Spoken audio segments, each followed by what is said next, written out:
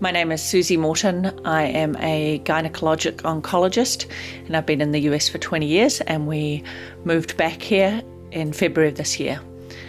My family consists of my husband Alan and our two kids, Bailey and Jax, who are teenagers. We decided to move back in July, August of 2020. At that time we were seeing that the US was having some really significant problems. When do we beat Mexico at the border? They're laughing at us. They're bringing drugs, they're bringing crime, they're rapists. More than 350,000 Americans have died from COVID-19. The situation in many American hospitals is only getting more dire. Protesters leaving an auto parts store in flames. Others seen looting a local Target. Police have been firing pepper spray to try and disperse this crowd.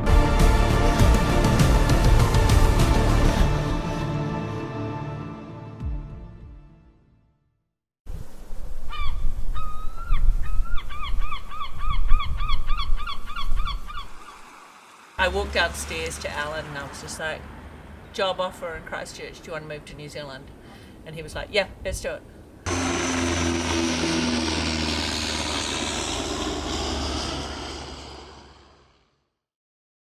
I spoke to them in February about the job, February of 2020, about the job here. And I was planning on being back here for my sister's 50th birthday party in late July, early August. So I was like, I'll speak to you in August, I'll stop by. We booked flights to come through Christchurch and chat with them about the job.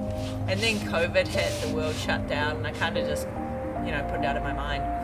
And then you're like, well, if we do it, we've got to do it now. And then became the pressure of like, well, the kids, where are they at schooling? What year are they going to go into? And that was really the pressure to move in, late January, early February, because we needed to get them in school.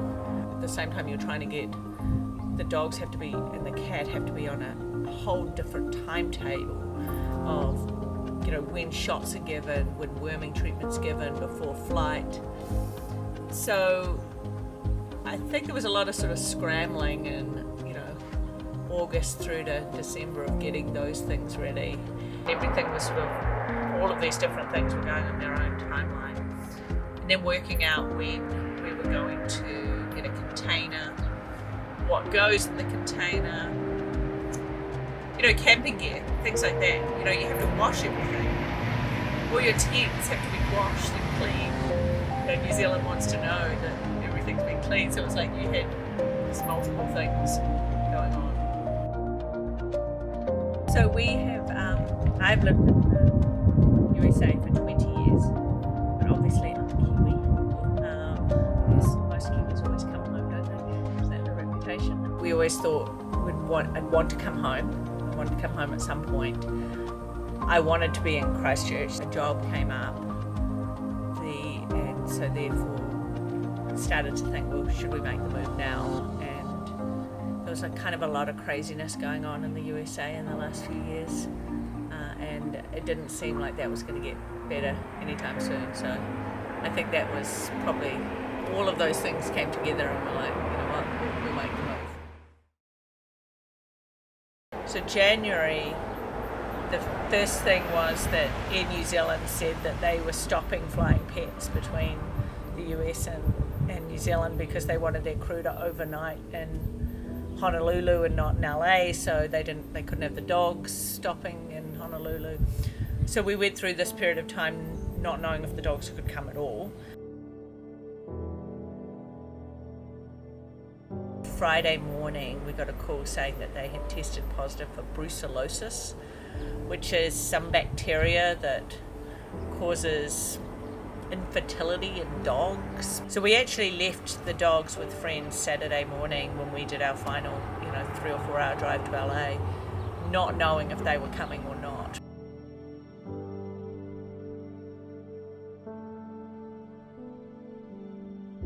We were actually probably about 5 days into our managed isolation when we got news that they were actually coming.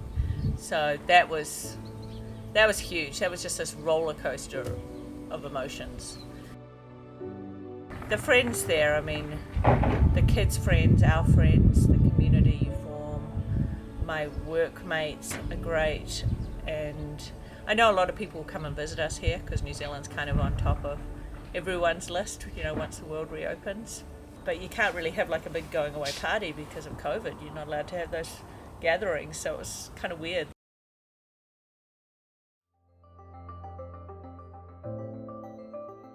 So the quarantine, I think it's really well done, and the staff were really good.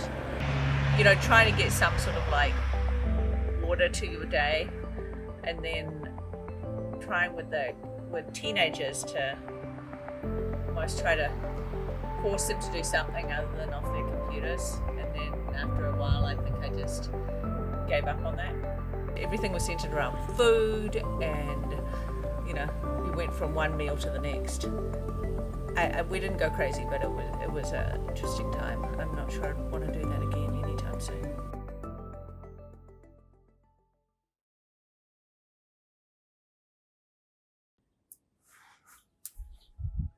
I think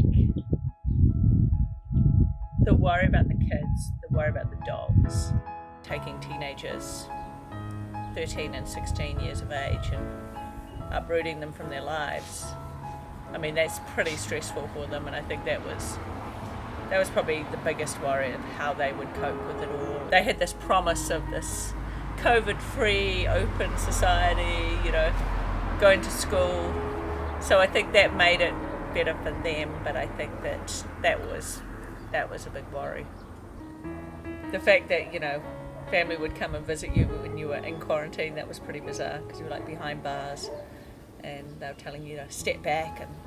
But I think then being able to, when we got out and went out for brunch and then went out to, up to the beach and just to be with people, to be with family was great. Those things and going out for dinner and, that those things just felt really, really weird. And yeah, I think there's lots of aspects that make it really, really different and really great to be back.